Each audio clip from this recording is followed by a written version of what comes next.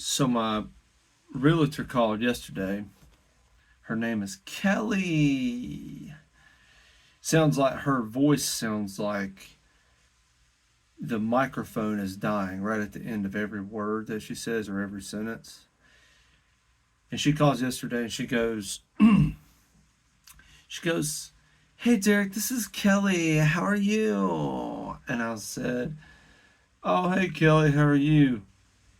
"Doing good. Hey, I just want to say I've been running the numbers. I've been looking at different. They call and they don't ever call them like houses or units.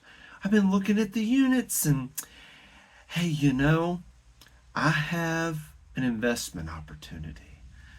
And when you hear somebody that's in some type of development, whether it's project development, land development, a realtor, somebody in that kind of line of work, and they go, I have an investment opportunity, buckle your seatbelt. It's about to get rough. Okay. So she tells me, hey, she said, so this is what we can do. Um, I've got a unit. You're probably gonna really like it because I told her, I said, hey, I'm a family man. I said, I got kids, got a wife. I love the whole family deal. She said, it's perfect just for you. And what's perfect about it is you're really close together. You're going to be a tight knit group of people. And I said, well, that's good. I said, what's the square footage on it? And she goes, well, let's not get lost in the weeds here, Derek. So just follow me. So I know a guy. Okay, he lives out here. He's out here just a few miles outside of town, and he's got a nice place that I think you would be really interested in. I said, well, when can I take a look? She goes, I'm going to send you some pictures. And I knew right then, I went, that kind of sounds like a red flag, just a little bit. Well, I end up getting the pictures and I look at it and it's a garage. And she said, if you look at it though, don't look at it as if it's a garage. Look at it like it's an investment opportunity. Like I said, when these people start saying, using the lingo, investment opportunity, it's an opportunity. You can build from here. When they start saying building, it's going to be rough. So I looked at it and I said, well, it's 60 square feet. That sounds good. I said, it's with dogs and stuff. And she said, yeah. She said, but unless you have 1.8 million to get in this market, it's not going to happen. And so I said, well, I don't have 1.8. I can't do it. I was like, I can't do it. But Kelly, she said that she can hook us up. She said, not only can I get you in there, but I could also, they said they would agree to put cat litter down to clean up all the oil spills. It used to be a mechanic's garage. Oil changes, tires, all that good stuff. And I said, Kelly, I just can't do it. I said, I would love to. I think it's a great idea. It is an investment opportunity, but it's just not for us. We're going to have to keep it pushing. But yeah, Kelly, man, she was on it, dude. She was like a bloodhound. She smelled blood in the water, and she said, I got me one. But it just didn't work. But it is tough out there, man. I mean, we're looking, and it's a very tough market because, well, we've entered this very unique time period in our country where we have to start realizing we can't fake it anymore. Like we can't go to the bank and say I almost was a superstar. You can't do that anymore. You're gonna have to have 1.8 million to make it in this market. You're gonna have to have let's just call it 2 million. You're gonna have to have $2 million to make it anywhere. And it's like, well, I want to go out to eat, you need $2 million. I want to go buy some milk, you need $2 million. And so, you're going to run into people like Kelly, and they have a whole satchel full of happy pills on them. And when they wake up, they just start popping them bad boys. They have a Plano 737 tackle box of happy pills. When they wake up, they pop them things. They can't even see nothing other than good. It's just good all day long. Now they're soulless. They don't have any souls. But but they're finding you a unit, an investment opportunity. You just need a couple $1,000,000. That's all you need. You say, well, Derek, why is the market so bad? Well, where do you want to start? There's a long list of bad laundry items we could start with, but where do you want to start with? And it's funny, man. I think back, to like my grandparents' generation, and you know, listening to my grandparents talk and the things that they, told me, and it's like back in their day, man. I mean, it was like, hey, it's like, what do you do for a living? It's like, well, 2 days a week I pick peaches, and the other 3 days we just kind of, we might trim bushes and cut grass. And it's like, oh, okay, well, that's cool, you know. And they've got 150 acres. They have a 4,000 square foot house, and they have 3 dwellings on the property.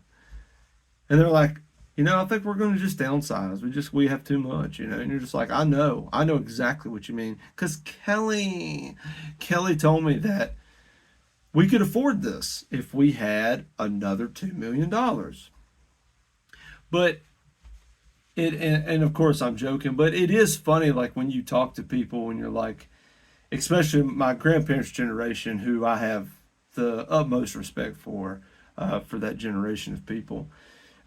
They truly made something great of America, something to be proud of, And I remember talking to my grandmother and stuff. She was like, "Yeah, we, I mean, they was like, yeah, I mean, we breathed." And we could buy all these things, and it's now, and I'm sitting here and I'm like, guys, I told Kelly, I was talking to Kelly, I said, Kelly, did you know that I can write in cursive?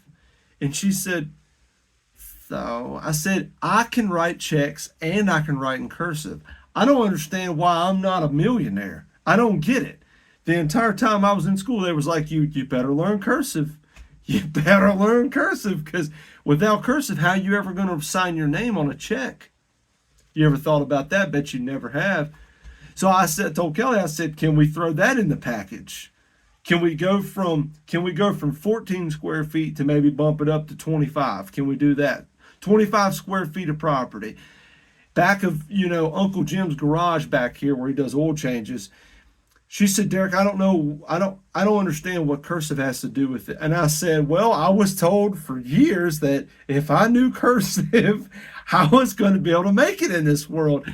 Here we are. I'm in the world. I'm trying to make it. What do you want me to do?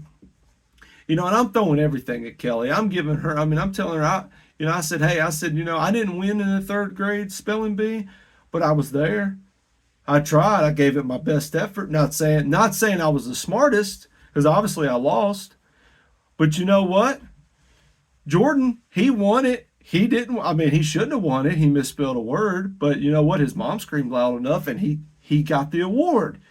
So I'm trying to scream loud enough now. Hey, guess what? I write in cursive. She didn't buy it. Kelly, she didn't buy it. So I truly don't know what we're going to do. I guess maybe the garage is where we go. It's an investment opportunity. And so I asked Kelly, I said, so let me ask you something. I said, so say we want the left side of the vise, okay? The vise, that you use to clamp stuff down on a bench top. The section of garage was to the left of that. I said, so we get the left section. Okay, who's going to be on the right section? She said, don't worry about those days. Don't worry about the problems that are coming. Don't worry about that. What you have to worry about is getting this property. Derek, and this is how they talk to you. Derek, we can get you in there today. Now, you put up, she gives me some astronomical amount of money that I have to, put up for a down payment. Now, you give me 1.8 million, I slide you in there. I know the guy. I slide you in there. He's actually my uncle. His name, we call him Uncle Jim because he's actually my uncle. But I just said, I said, Kelly, I can't do it, dog. I can't do it. Can't do it. And you get to the point where as people in this society, in this economy, you go, maybe Kelly's right. Maybe I do need to do this because maybe it is an investment opportunity. Maybe somehow BlackRock is going to quit buying all the single family homes. And maybe, just maybe, I have a chance at selling it for the exact same amount of money that I bought it for 5 years from now. And you really start looking at that, and you start to understand, like, wow, man, the tables are against me in this one. And, the housing market used to be a sure bet until 2008. And then 2008 wasn't so sure no more. People lost a lot of money. People lost their jobs. Economy suffered.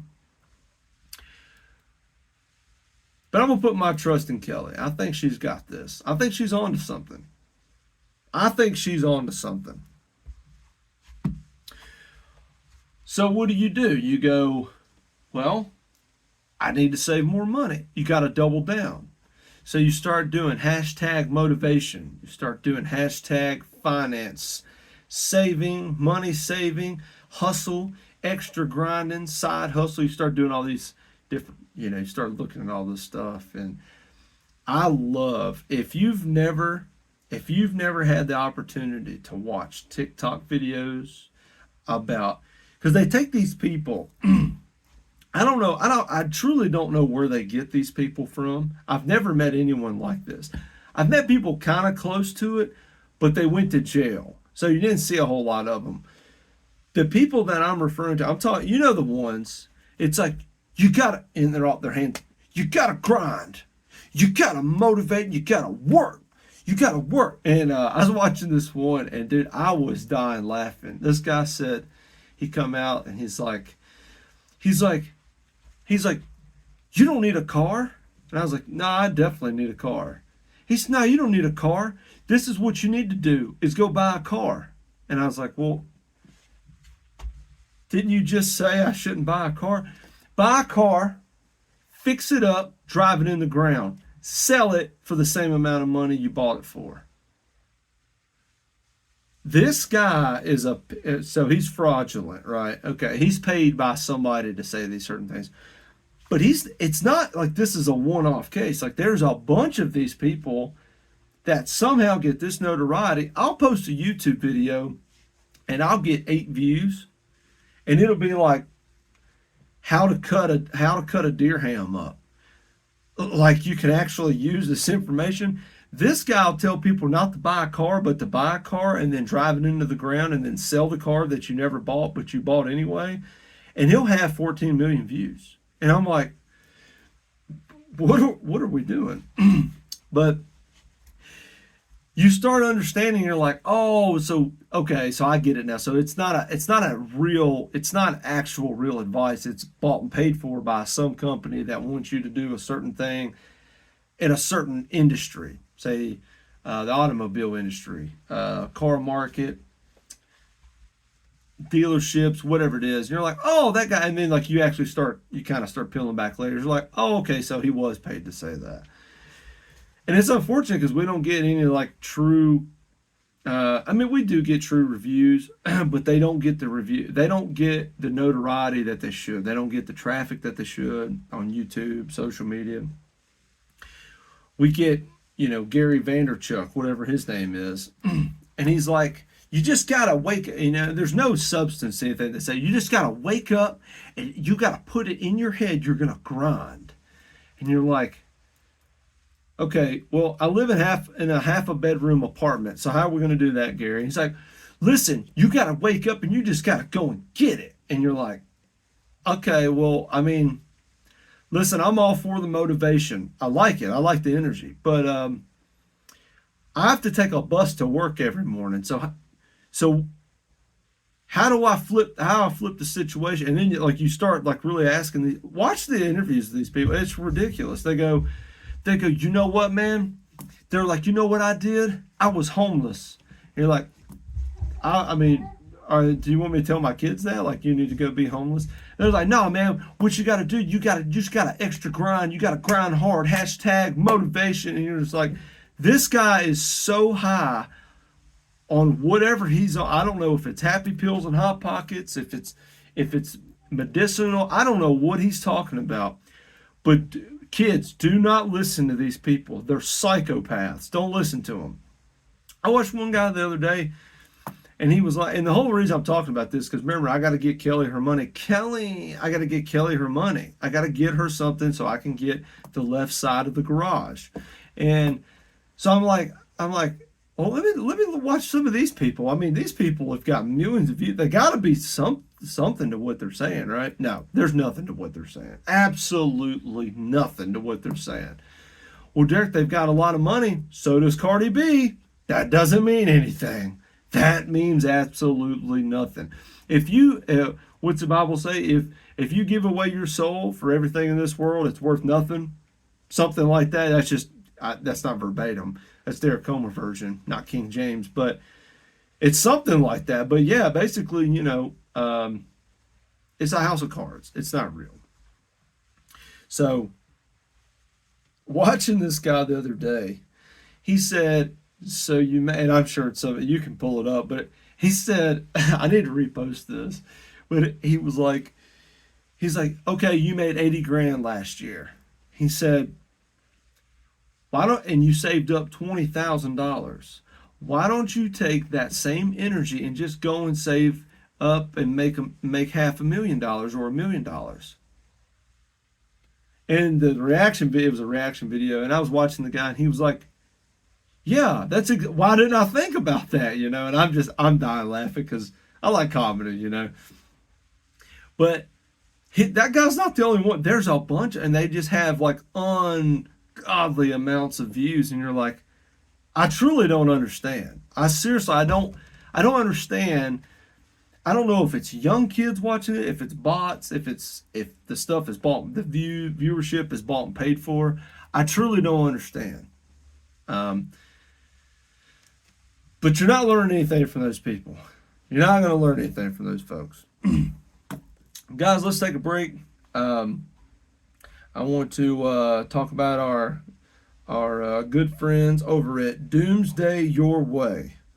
They're having a bunker blowout sale, and most of these doomsday companies that you hear about, food supply, everything's vacuum sealed. It's got a 15-year or 20-year lifespan on this food, and all you have to do is shake it up, and it magically appears. And not this company. Listen, Doomsday Your Way.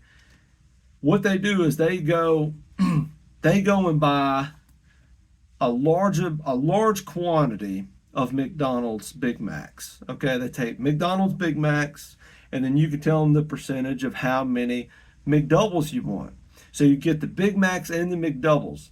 Now, the beautiful part about it is, as we all know through studies and through social media, that Big Macs and McDoubles, they never age. And so this whole idea that we have to vacuum seal food and all that, we don't have to do that. All you have to do is go and buy McDoubles, go and buy Big Macs. Take those. You ain't even got to put them in a bag. Just leave them in the wrapper. They come in, set them out on the shelf in the bunker. You're good for years to come. Again, this is Doomsday Your Way. They're having a bunker blowout sale, and you can split your ratio. You can go 50-50, Big Mac to McDoubles, or you can go 75-25 or 25-75. They're offering it now, 50% off, and you use doomsdayyourway.com/.org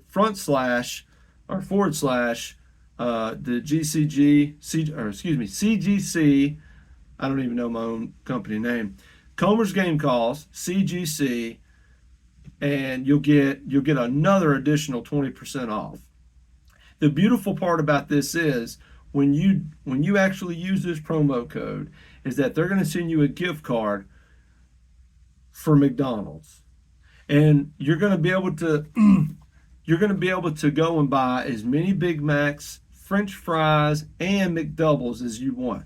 You want a quarter pounder? Too bad. You're getting a McDouble. You're getting a Big Mac. That's what you're going to get. And you say, well, Derek, what about the lettuce? What about that special sauce, the Thousand Island sauce that comes on the Big Mac? After I talked to our good friends over there at Doomsday Your Way, they've told me, they said, hey, you don't need to worry about that. That doesn't die either because it's not real. So go and get some of that. And hey, even if you're not a conspiracy theorist, even if you're not somebody that thinks the apocalypse is around the corner, go and get some of this.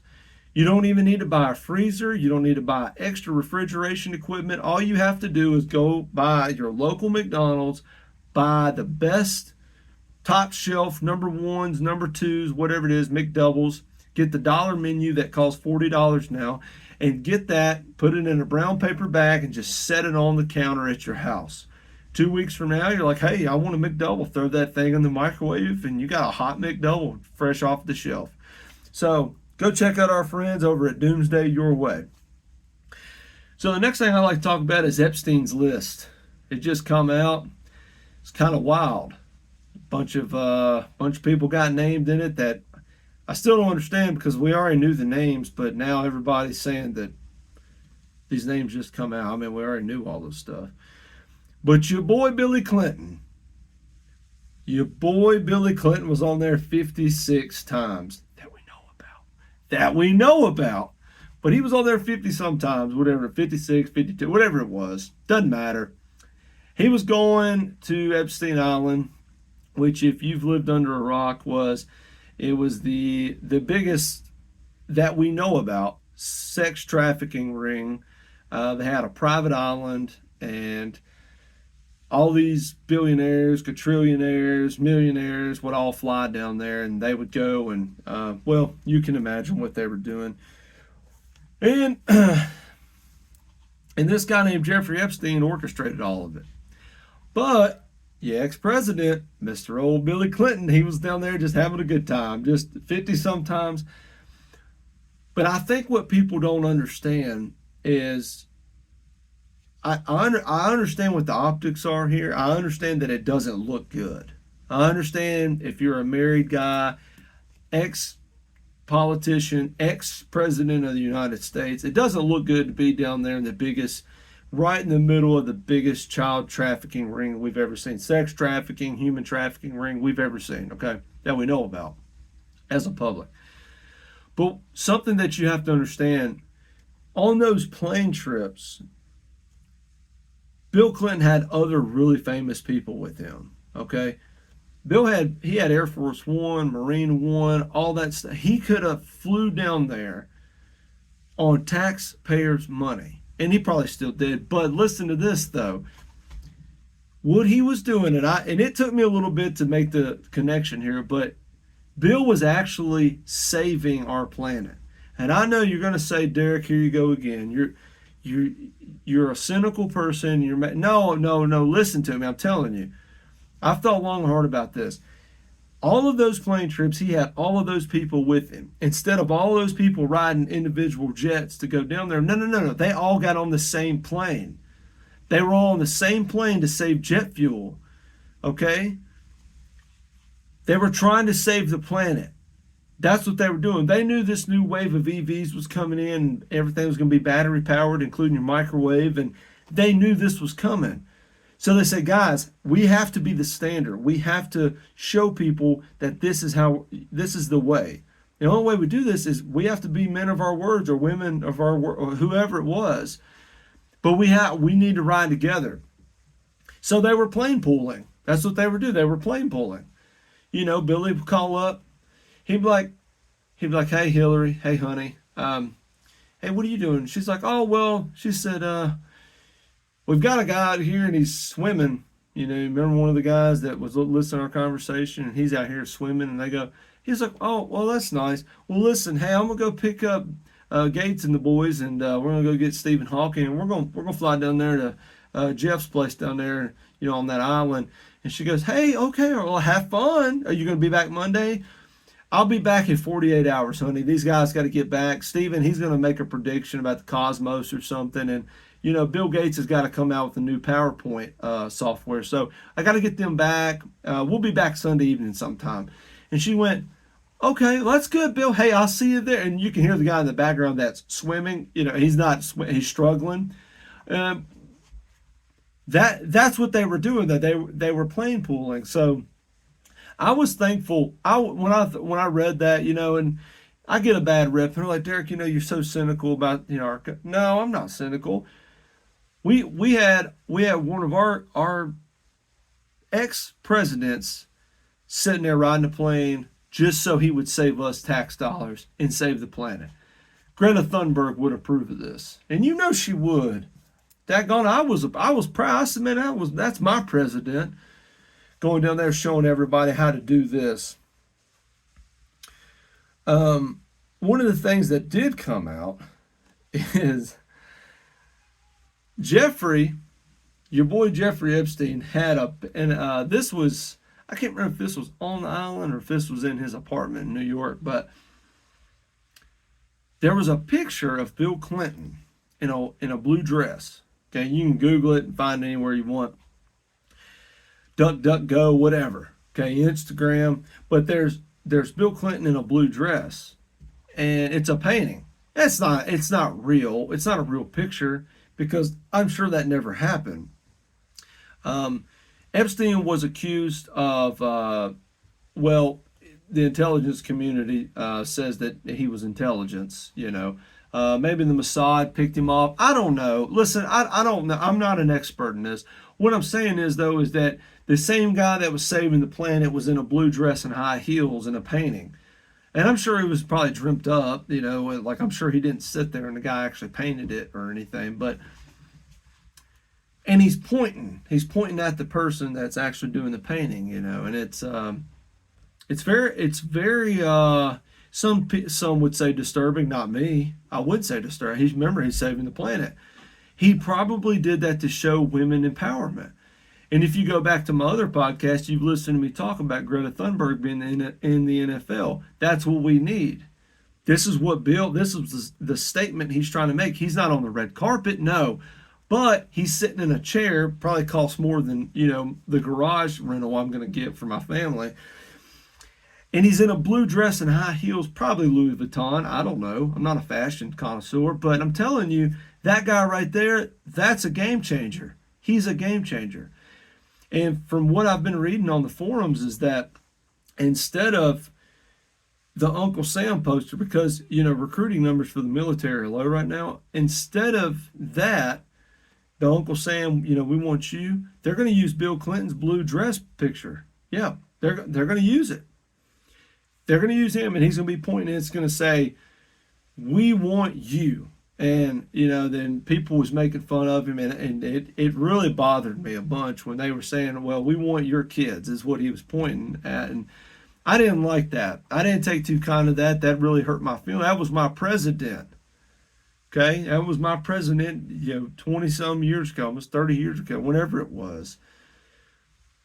The guy that's flying around the globe, picking up all these billionaires to go down there to Epstein Island, saving all of that jet fuel, trying to save our planet. That's a real hero. And everybody talking bad about him. You ought to be ashamed of yourself.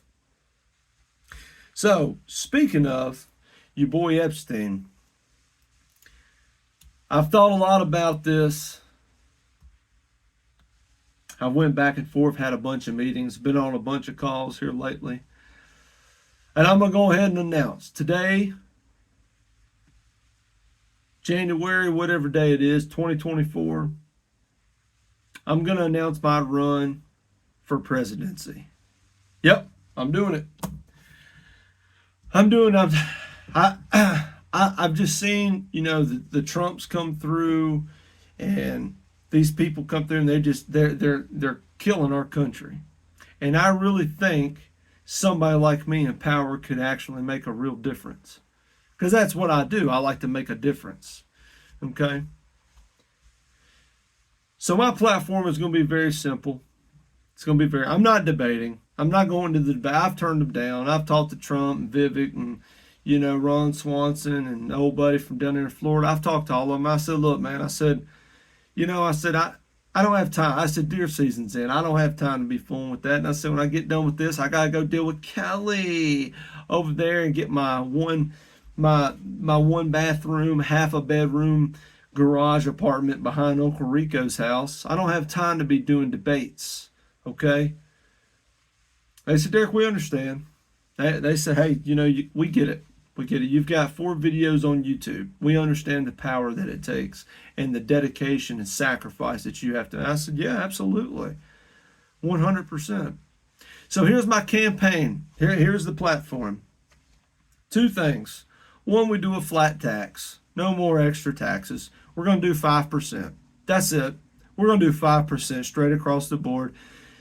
Whatever your income is for that year, 5%. You're not paying for groceries anymore, Derek. It'll crush the economy. No, we're doing a pretty good job of that now. So, just 5%.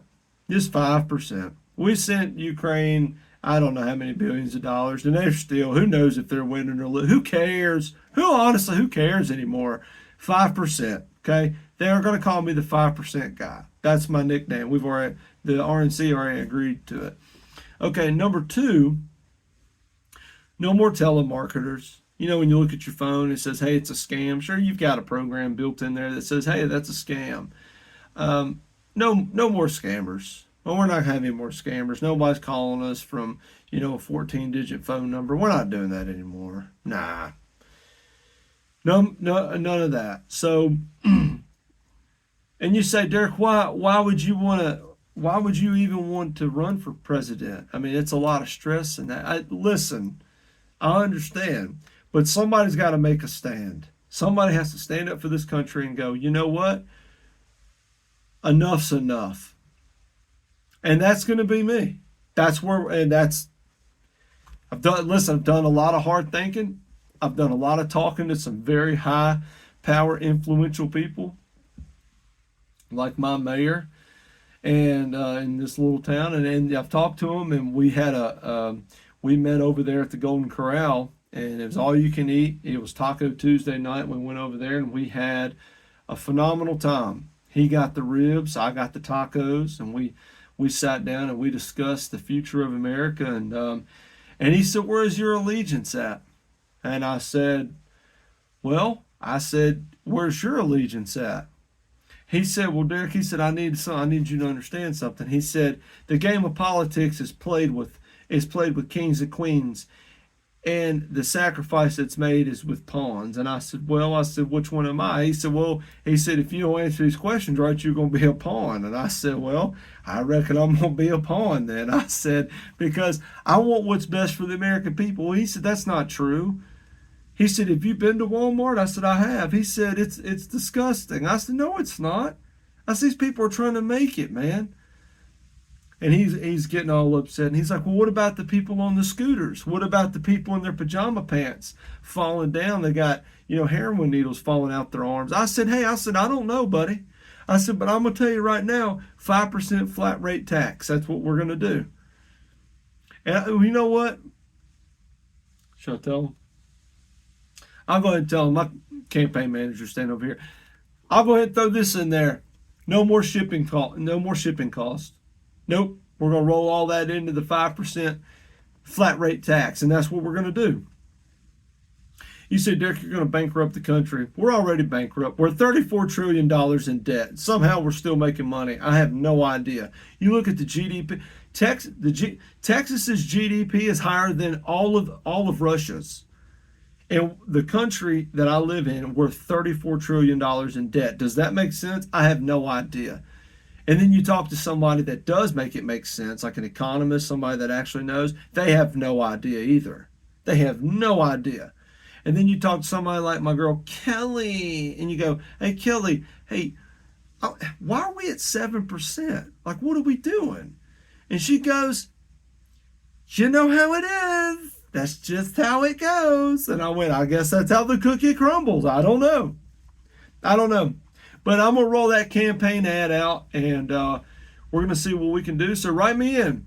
Derek Comer for president. Flat rate tax, no more telemarketers. That's it. If you want something else, send me an IM on Instagram. Send me a direct message on Facebook. And if you got my phone number, just call me. I don't have no Secret Service. Don't plan on having any. But once we get into the White House, we're going to do some real change. We're going to do some things. What do you got to lose? I mean, what do you got to lose? You've got a wet spaghetti noodle up there running the country now. That's they have to have SEAL Team 6 escort him off the stage every time. So I don't know. Give it a shot. Give it a shot. What else we got here? What else we got here? Oh yeah, yeah, yeah. So the system that we're referring to, the American system, the uh, we've got the medical system, we got our financial crisis going on, the housing market, and all this stuff. And they've told me, they've told me a bunch over the years. They're like, hey, you know what? Our system is broken. I said, no, it's not. Our system is not broken. I said, I don't believe that. And I'll tell you why I don't believe that. Because if you remember, we used to have this this disease called restless leg syndrome. We don't have that anymore. You don't even see commercials for it anymore. Remember, they'd show you the blue body, and then they'd show you the red pain strikes going up through somebody's leg. And and you know what? And some scientist, some really smart person that probably also developed the COVID vaccine, stood up and said, "You know what? I've had enough of restless leg syndrome. I don't want people walking down the street like a mid 2000s Levi commercial. Okay, I don't want that anymore. I want somebody to be able to sit down and sleep and have a good night's rest without worrying about their legs trying to kick the ceiling fan." We stopped that. Sure, measles are coming back. We're starting to have spikes in measles out cases and outbreaks in these different cities. So what? We stopped restless leg syndrome. That's how I know that our system works. Now we're in debt, $34 trillion. And who cares? Who cares? Remember, you can write in cursive, write checks. All right? That's a certifiable amount of money from a bank that you wrote in. Who knows? Sure, they bounce as high as your house, but guess what? You knew how to write in cursive. This system works, and you have to trust the process. Every time I hear one of these NFL teams, they go, "Guys, we have to trust the process." They get some guy up there and they pay him $20 million a year, and he goes, "Guys, we just got to trust the process," until his manager says, his agent goes, "Hey, maybe we ought to trust the process somewhere else in another city. Maybe we make 32 million a year. You ever thought of that?" Next thing you know, that guy's on a plane trusting the process to another city. He's playing for them now, Russell Wilson. He trusts that process, and he got him on the bench. But this is my thing, guys. We got to stop being so cynical about the American way. Okay, we've got great leaders, phenomenal leadership in our country. Okay, I know you can't afford housing. I've got to move my family into a half a bedroom apartment in a really bad neighborhood that has a lot of gang activity. But you know what, though? We're going to get there.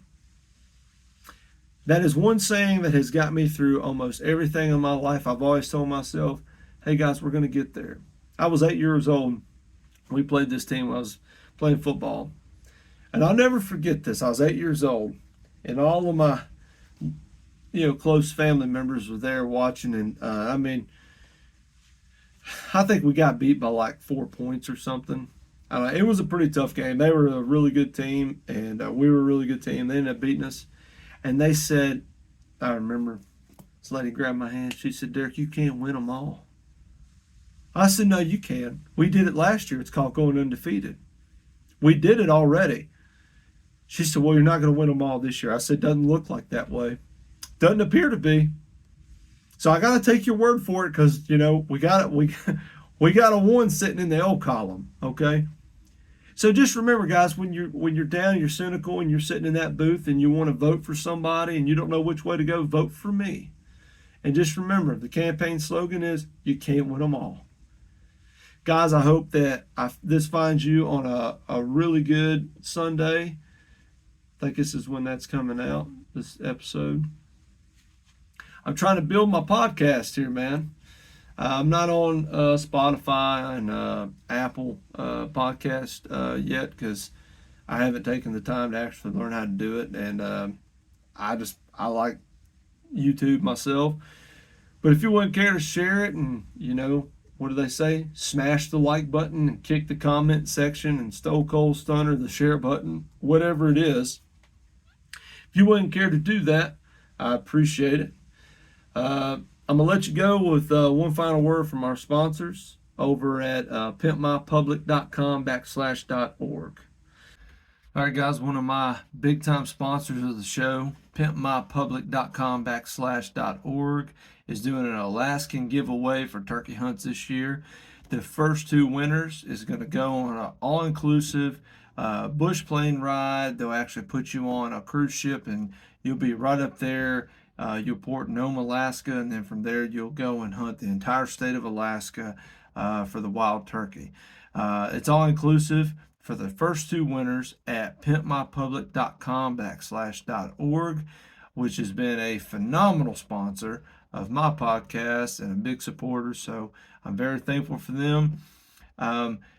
Their background is, if you want to go out of state, I get asked every year, hey, Derek, where are you going to go this year? And I go, I don't know. Let me open up pimpmypublic.com/org. And then I flip it open and I go, which one of the 54 states do I want to go hunt this year? So I'll scroll through and I go, oh, hey, look at that. There's Maine. And then I'll select Maine. I go to it and I'll find, Farmer John or, Miss Jan Jackson, whoever.